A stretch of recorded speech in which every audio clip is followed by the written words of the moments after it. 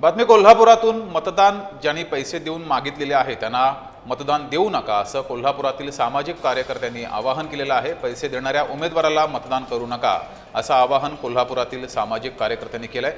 कोल्हापुरातील सामाजिक कार्यकर्ते राजू माने, पारस ओसवाल यांनी नवीन संकल्पना सुरू केली आहे। या सामाजिक कार्यकर्त्यांसोबत बातचीत केली आहे आमचे प्रतिनिधी अमरसिंह पाटील यांनी। पाहूया।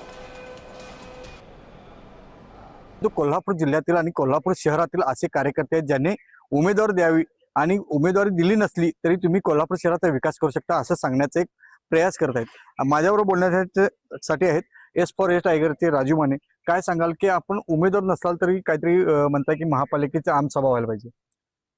उमेदवार लढवण्यापेक्षा कोल्हापूर शहरातील नागरिकांची एक महासभा महापालिकेने करावी, ज्यामध्ये नागरिकांचे मूलभूत प्रश्न आहेत ते महापालिकेच्या महासभेमध्ये ते विषय पास करता येतात।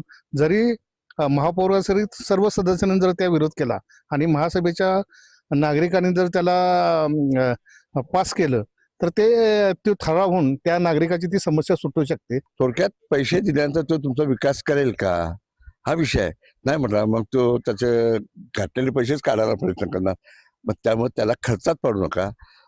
त्याला स्पष्ट सांगा आम्ही पैसे घेणार नाही आणि पैसे वाटायचं तुला मतदान करणार नाही।